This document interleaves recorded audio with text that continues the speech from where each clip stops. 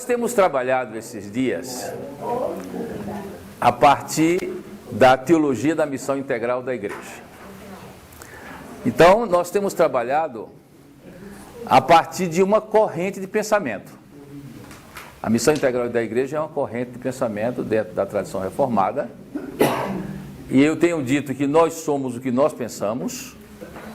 Então, se você pensa a partir da teologia da prosperidade, vai dar um resultado. Se você pensa a partir da teologia da batalha espiritual, vai dar outro resultado. Se você é um liberal moderno ou clássico, outro resultado. Se você é um liberal pós-moderno ou revisionista, outro resultado. Né?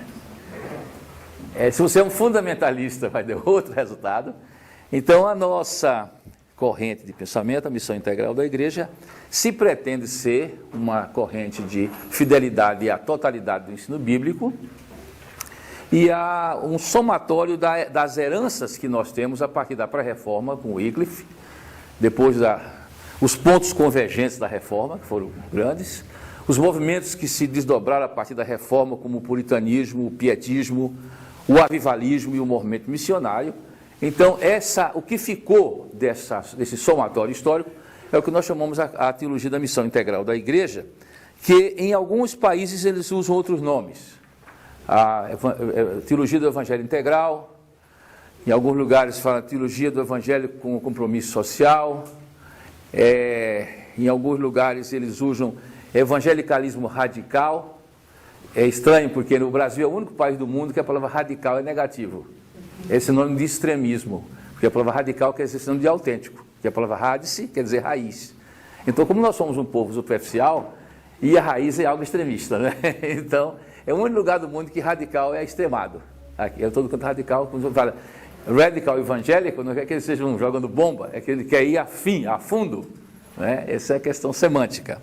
Então, você vai encontrar, nem sempre nos autores, a mesma nomenclatura, mas a mesma ótica. Essa escola foi popularizada pelo movimento de Lausanne e teve os seus 3 encontros, mas ela foi muito elaborada na América Latina. Lembre-se que a FTL ela é antes de Lausanne. Nós criamos a FTL em dezembro de 70, Lausanne é de 74. E quando Lausanne foi organizado, já vários dos pensadores da FTL foram oradores naquele congresso.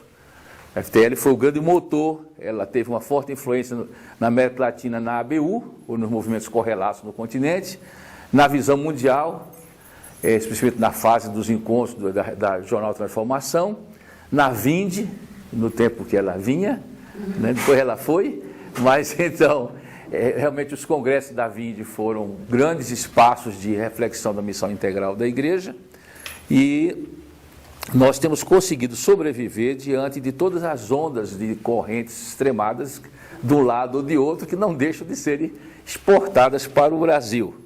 E a gente vai segurando as pontas aí. A missão integral da igreja, ela tem uma série de temas filhos. Né? Nós trabalhamos no primeiro dia sobre um dos temas de desdobramento, que é a espiritualidade integral. Né? A missão integral pressupõe a espiritualidade integral. Uma outra área que é decorrente desse trabalho é o tema da igreja como comunidade terapêutica. Todo mundo é doido, como vocês sabem, uns mais do que outros, então a igreja é um grande hospício, às vezes pré e às vezes pós-terapia, né? Então, especialmente os psicólogos, psiquiatras e psicanalistas que participaram da FTL desenvolveram essa temática, essa linha de reflexão de que a igreja ou adoece ou cura. Então você tem, por exemplo, as pesquisas que os evangélicos representam a segunda bancada de pessoas em hospitais psiquiátricos no Brasil.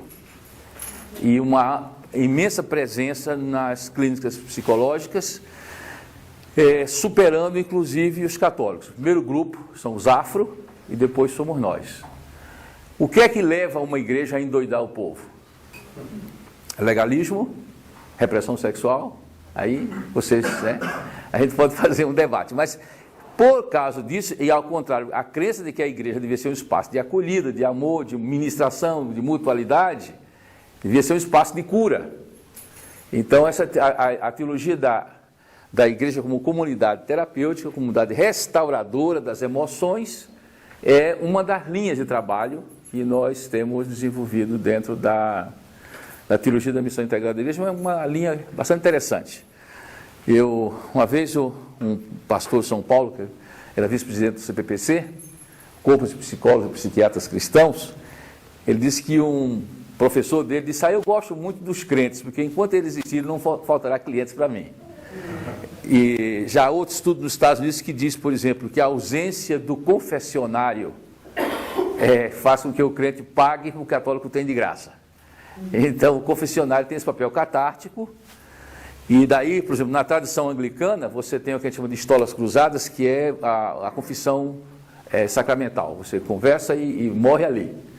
E você tem outras igrejas que o pastor é obrigado a entregar a alma que acabou de se entregar para ele ser disciplinado pela igreja. Então, vira mais pastor, no lugar de pastoral, é um inquérito policial. Aos tantos dias o meliante, compareceu ao meu gabinete, etc. E tal. Então, há esse estudo sobre o papel da confissão como uma dimensão terapêutica. Então, um trabalho é esse, um trabalho que mesmo no que vocês estão fazendo, de que maneira a superação da droga, a superação do álcool, a superação da violência doméstica, a dignidade da criança ou do idoso, são decorrências terapêuticas da ação da igreja. Isso é uma linha que a gente trabalha bastante. Então, não somos só pastores de passeata, embora eu adoro uma passeata. Lá em Recife tem a Conde da Boa Vista, eu não sei quantas vezes eu desci aquela avenida em passeata. Agora não vai mais, que é um corredor de ônibus. Além de fazer bem para a saúde, você queima calorias, quando eu era jovem eu gostava tanto de passeata que eu olhava assim, se eu não visse nenhum andor com um santo em cima, eu sabia que não era procissão. E se eu não tivesse nenhuma bandeira amarela, eu sabia que não era passeata do PFL. Eu entrava e perguntava o que é mesmo. Então eu já é alguma causa, eu já estou nela. Tirando essas duas, eu já, ou bandeira do esporte do Santa Cruz também não entraria, mas eu fui sempre um jovem de passeata. Eu fiz a primeira greve com 12 anos. Nós vivíamos no interior de Alagoas com carência de professores. Tinha uma professora de geografia no município, e por perseguição política ela foi transferida para o sertão.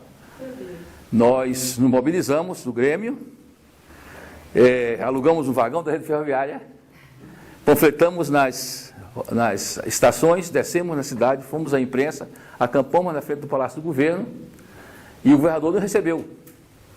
Eu tinha 12 anos e meio, eu estava para 13, e eu estava no Palácio do Governo com uma comissão, com alguns outros alunos. O governador revogou a transferência, nós passamos através do MOS, da rede ferroviária, que era o celular da época, e aí a cidade fechou, tinha 500 pessoas para receber a gente com a professora de volta na rede ferroviária. Foi uma coisa muito emocionante. E como eu era filho de vereador, eu digo que eu aprendi 3 palavras. Primeiro foi papai, mamãe e comício.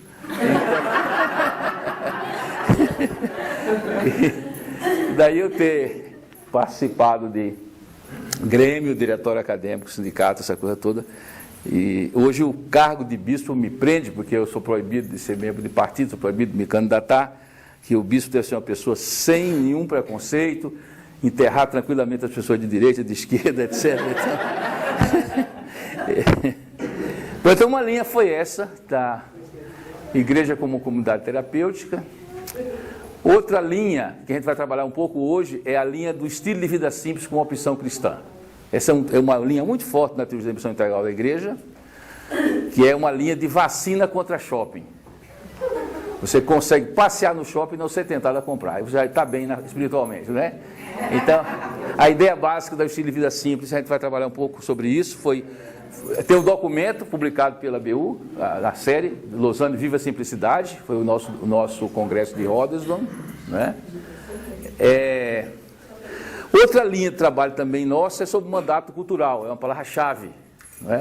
A igreja se dirige ao mundo para levar os valores do reino numa situação de conflito com os valores do anti-reino e com traços culturais da nossa ou de outra cultura que são contra os valores do reino. Não há condição de expandir o mandato cultural sem participação. Mandato cultural. né?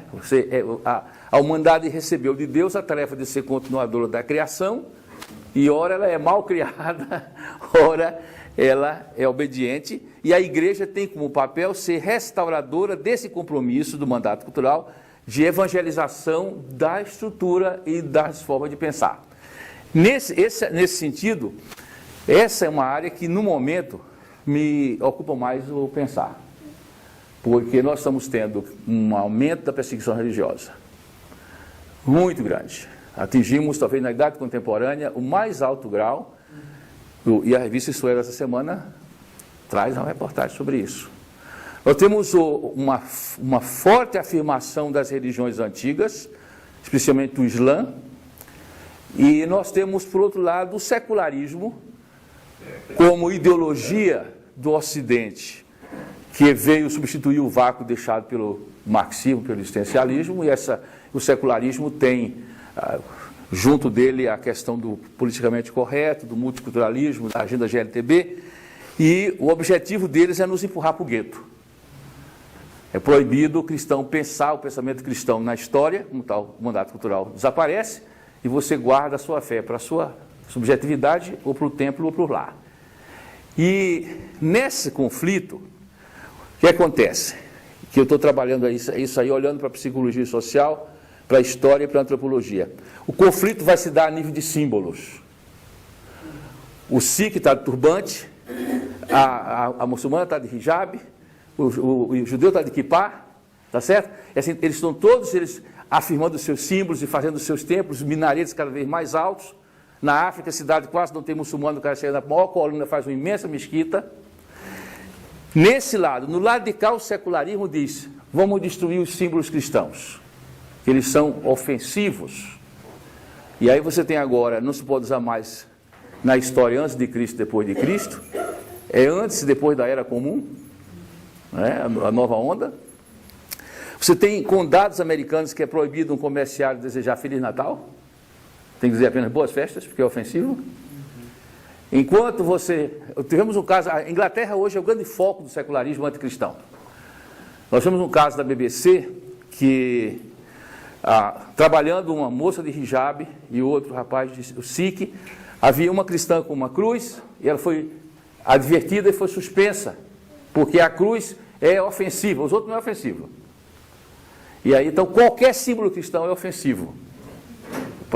Aí você tem uma questão que, enquanto em outros países os cristãos mantiveram a simbologia, ou em outros continentes, qualquer pastor da Assembleia de Deus usa colarinho na Inglaterra, e o uso de uma cruz por um congregacional, por um presbiteriano, vitrais na igreja congregacional, ou seja, a arte sacra, ela continuou no mundo protestante, no primeiro mundo. Na América Latina, aconteceu as três coisas que tornou o protestantismo iconoclasta. Jogou fora a bacia, bebê, placenta, tudo junto. Que foi? A